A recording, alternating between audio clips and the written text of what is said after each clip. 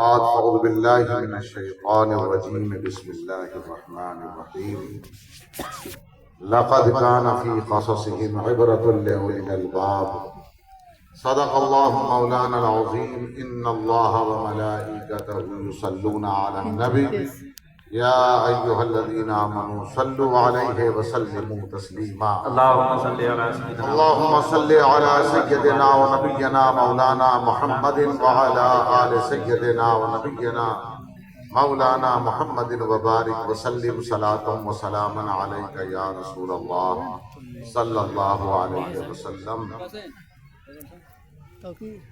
عرس مخدوم المشائخ رضی اللہ تعالیٰ عنہ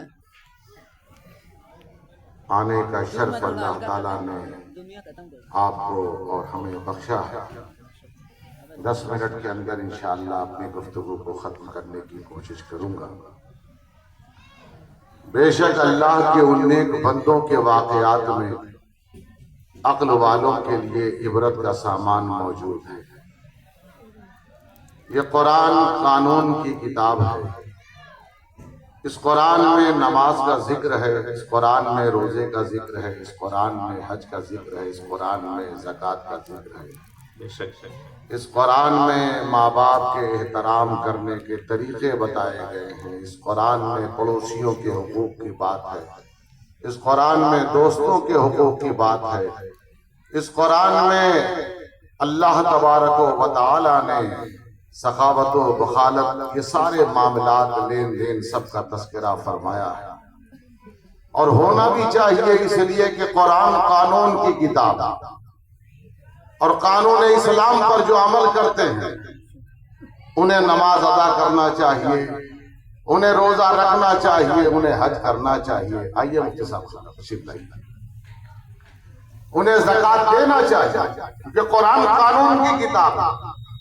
لیکن ہم یہ دیکھتے ہیں کہ یہ قرآن جہاں نماز کا ذکر ہے، روزے کا ذکر ہے، حج کا ذکر ہے، زکوٰۃ کا ذکر ہے، معاملات کا ذکر ہے، لین دین کا ذکر ہے، اسی قرآن میں حضرت مریم کا بھی ذکر ہے، اسی قرآن میں حضرت عیسیٰ کے حواریین کا بھی ذکر ہے، اسی قرآن میں حضرت لقمان کا ذکر ہے، اسی قرآن میں ولیوں کا بھی تذکرہ ہے.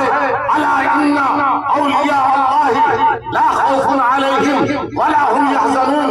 ہر دور کے ولیوں کے تذکرے کو قرآن نے اس آیت میں سمیٹ کر بتایا ہے. نماز پڑھو مگر ساتھ ساتھ حضرت لقمان کا بھی تذکرہ کرو، زکوٰۃ دو مگر ساتھ ساتھ حضرت مریم کا بھی تذکرہ کرو، حج تو حج کرو مگر ساتھ ساتھ حضرت عیسیٰ کے حواریوں کا بھی تذکرہ کرو. پتہ چلا اللہ کے ولیوں کا ذکر کرنا یہ صرف سنیوں کی اپنی منمانی نہیں ہے، بلکہ یہ منشاء ربانی ہے، یہ مرضی قرآن.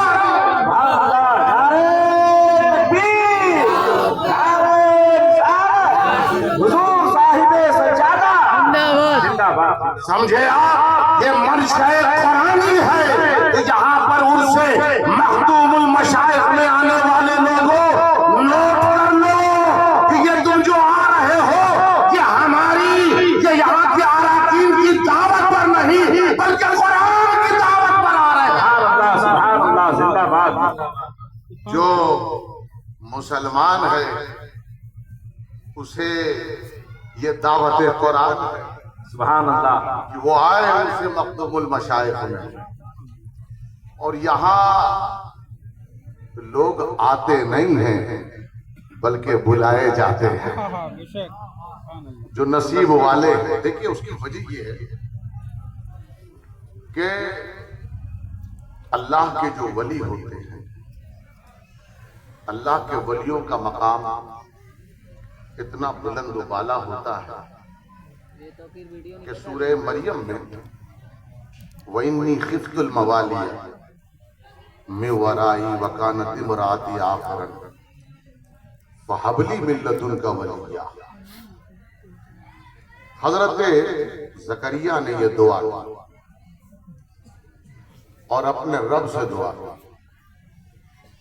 کہ میں اپنے رشتہ داروں سے ڈرتا اس بات سے ڈرتا ہوں کہ میرے بعد وہ نہ جانے کیا کیا کریں گے۔ تو اے اللہ، معاملہ یہ ہے کہ میری بیوی بانجھ ہے، میں ورائی وکانت مراتی آخر، میری بیوی بانجھ، فہب لی من لدنک ولیہ، اپنے پاس سے مجھے ایک مددگار عطا فرما، یعنی وارث عطا فرما۔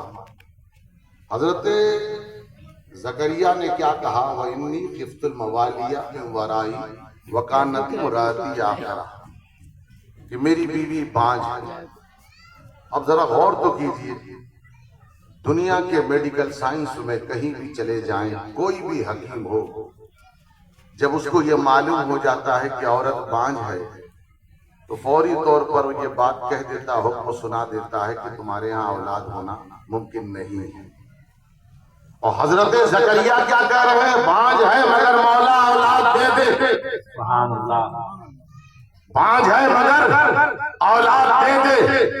یعنی قرآن یہ بتا رہا ہے کہ اپنی دعا کو کسی موڑ پر بھی روکنا نہیں، بس کرتے چلے جاؤ، اس لیے کہ تمہارے مانگنے میں کمی ہو سکتی ہے، اس کی عطا میں کوئی کمی نہیں ہے۔ بے شک، سبحان اللہ۔ مگر آپ ذرا غور کریں، ان دنیا کا ایک نظام ہے، دنیا کا ایک سسٹم ہے، یہ دنیا عالم اسباب ہے، اسباب، تو ہر چیز کے پیچھے اسباب ہے، اگر اسباب ہوں گے تو نتیجہ سامنے ہوگا۔ لیکن میں کہتا ہوں حضرت زکریا نے کیا کہا؟ اے اللہ، میری بیوی بانجھ ہے مگر تو مجھے اولاد دے، فَهَبْ لِي مِن لَّدُنْكَ وَلِيًّا، اپنے پاس سے ولی دے، مددگار دے۔ اب آپ سمجھے، جو اللہ کے نیک بندے ہوتے ہیں، دنیا کی نظر اسباب پر ہوتی ہے، ان کی نظر مسبب الاسباب پر ہوتی ہے۔ یہاں پر لفظ ولی استعمال کر کے بتا دیا کہ ولی کی بارگاہ میں آؤ، جو قرآن کہیں نہیں ہوگا وہ مخدوم المشائخ کے در در ہو جائے گا۔ سبحان اللہ، زندہ باد، جو کہیں نہ سنی جائے سبحان اللہ، وہ یہاں سنا جائے گا، بارگاہ مخدوم المشائخ میں سنا جائے گا۔ اور اس لیے کہ یہ سننے کا بھی ایک سلسلہ ہے، بے شک، سننے کا۔ بھئی اللہ نے سنایا اپنے نبی کو، تو اللہ سنانے والا، نبی سننے والے، اور نبی نے سنایا امتی کو، نبی سنانے والے اور امتی سننے والے۔ یہ سلسلہ ایک اجتماع ہے، سننے کا ایک سلسلہ، اور آپ سننی ہیں ماشاءاللہ، اور آپ کو سننا ہے، اور اذان کو بھی ہونا ہے، اس کو بھی سننا ہے۔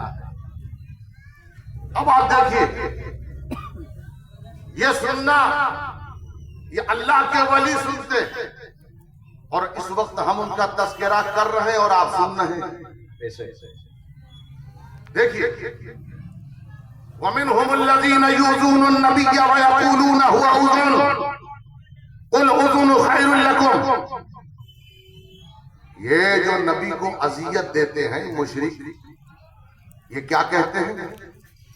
نبی کو اذیت دینے والے، نبی کو تکلیف دینے والے کیا کہتے ہیں؟ یہ نبی پورا پورا کان ہے، کان، جو نبی کو تکلیف دے رہے ہیں وہ یہ کہہ رہے ہیں یہ نبی پورا کان ہے، کان۔ وَيَقُولُونَ هُوَ أُذُنٌ، پورا کان ہے۔ کیوں کہا انہوں نے کہ یہ نبی پورا کان ہے؟ اس لیے کہ وہ جانتے تھے ہم جلوت میں جو بات کرتے ہیں یہ سن لیتا ہے، خلوت میں بات کرتے ہیں یہ سن لیتا ہے، صحرا میں بات کرتے ہیں سن لیتا ہے، قریب ہو کر بات کرتے ہیں سن لیتا ہے، دور ہو کر بات کرتے ہیں سن لیتا ہے، دیوار کے پیچھے یہ سن لیتا ہے، پہاڑ کے پیچھے یہ سن لیتا ہے، جہاں کہیں بات کرے یہ سن لیتا ہے، زبان سے کہے وہ بھی سن لیتا ہے، دل میں کہے وہ بھی سن لیتا ہے۔ ایسا ہے جیسے پورا کا پورا کان ہے۔ اسی لیے تو امام احمد رضا نے کہا دور و نزدیک کے سننے والے وہ کان، کانے والے کرامت میں لاکھوں سلام۔ زندہ باد، سبحان اللہ، اللہ اکبر، یا رسول اللہ۔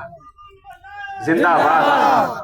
تو یہ سن لینا ہے تو یہ سن لیجئے، یہ نبی سنتا ہے.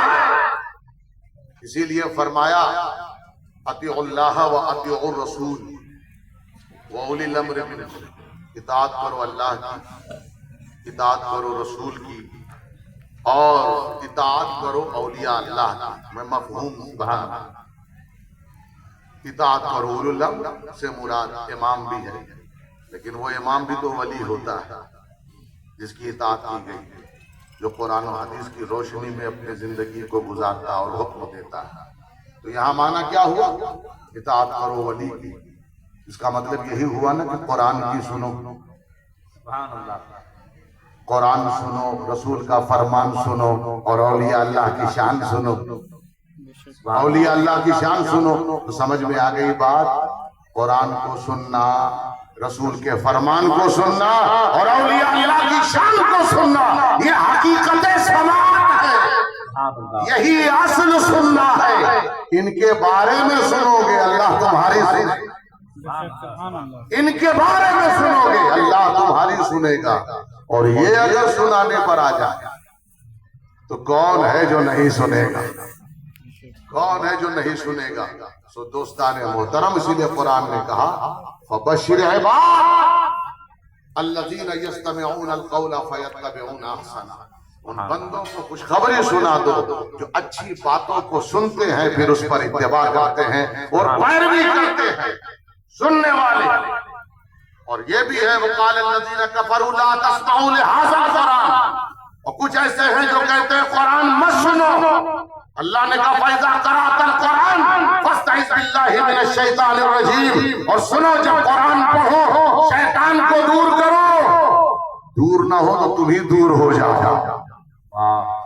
تو جب دور شیطان سے ہوگے، جو حقیقت میں سننا ہے، تبھی وہ تمہارے کانوں تک بات پہنچے گی، تبھی تک تمہارے کانوں تک وہ بات پہنچے گی. اسی لیے دوستو میں کہتا ہوں، اللہ کی بات، رسول کی بات، اولیاء اللہ کی بات سننا یہ حقیقت سماعت ہے، یہی مقصد زندگی ہے. اور یہ عرس میں آنا حقیقت میں ہم اپنے مقصد کی تکمیل کے لیے آتے ہیں. وآخر دعوانا ان الحمدللہ رب العالمین.